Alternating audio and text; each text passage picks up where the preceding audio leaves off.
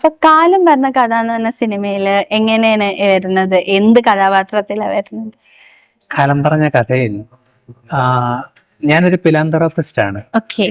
അപ്പം ഒരു ജീവകാരുണ്യ പ്രവർത്തനായിട്ടുള്ള ഞാൻ ഇതിനകത്തൊരു വില്ലനായിട്ടാണ്.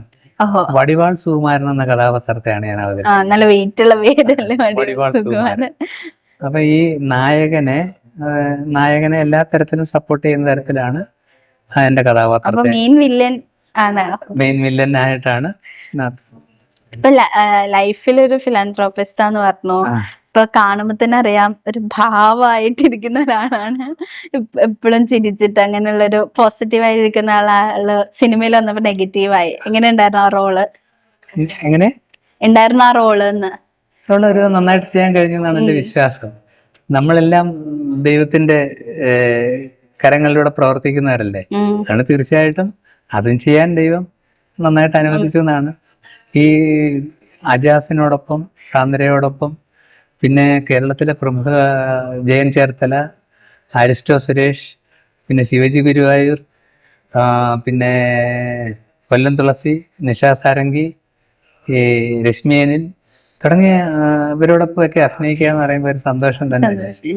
മിക്കവാറും എല്ലാവരുമായിട്ട് ഞാൻ കോമ്പിനേഷൻ ചെയ്തിട്ടുണ്ട്, ചെയ്യാനുള്ള അവസരം കിട്ടി.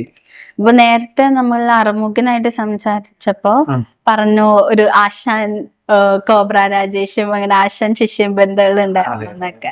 അപ്പൊ അവരൊക്കെ ഇപ്പോൾ ഒരു കോംബോ ഒക്കെ എങ്ങനെ ഉണ്ടായിരുന്നു?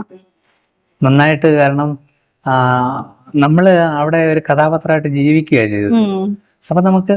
അപ്പൊ കോബ്ര സുരേഷ് പിന്നെ അറുമുഖനും ഒക്കെ എൻ്റെ അസിസ്റ്റൻസ് ആണ്. അപ്പൊ എൻ്റെ പ്രതാപകാലത്ത് അവരെയൊക്കെ ഞാൻ വളർത്തിക്കൊണ്ട് വന്നവരാണ്. അപ്പൊ ഞാൻ പറയുന്നത് ഇപ്പോഴും അവരനുസരിക്കും. അങ്ങനെ ഒരു ക്യാരക്ടർ.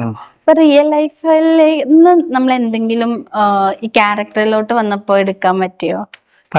റിയൽ ലൈഫിന് സോന്റെ റിയൽ ലൈഫും ക്യാരക്ടറും തമ്മിൽ എന്തെങ്കിലും കമ്പാരിസണോ അല്ലെങ്കിൽ എന്തെങ്കിലും സിമിലാരിറ്റി ഉണ്ടായിരുന്നോ? അല്ല, അങ്ങനെയില്ല. പക്ഷെ ഞാൻ ഇതുമായിട്ട് സഹകരിപ്പിച്ചത്, ഞാനൊരു ഈ ലഹരിക്കെതിരെ എപ്പോഴും പോരാടിക്കൊണ്ടിരിക്കുന്ന ഒരാളായിരുന്നു. അതായത് കേരളത്തിൽ ആദ്യമായിട്ട് ഷാപ്പ് കൂട്ടിച്ചത് മട്ടാഞ്ചേരി കൂവപ്പാടത്ത് മന്മഥൻ സാറിനോടും NS പണിക്കർ സാറിനോടും കുമാരപിള്ള സാറിനോടും ഒപ്പം ഷാപ്പ് കൂട്ടിക്കാൻ ഞാനും അന്ന് പങ്കാളിയായ ഒരുത്തനാണ്. അപ്പൊ ലഹരിക്കെതിരെ അന്ന് ഞാൻ പോരാടുന്ന ഒരാളാണ്. ഈ സിനിമയും ലഹരിക്കെതിരെയുള്ള ഒരു സിനിമ ആയതുകൊണ്ട്, ഒരു ബോധവൽക്കരണ സിനിമ ആയതുകൊണ്ട് തീർച്ചയായിട്ടും ഇതിൽ സഹകരിച്ചത് എനിക്ക് സന്തോഷമേ ഉള്ളു.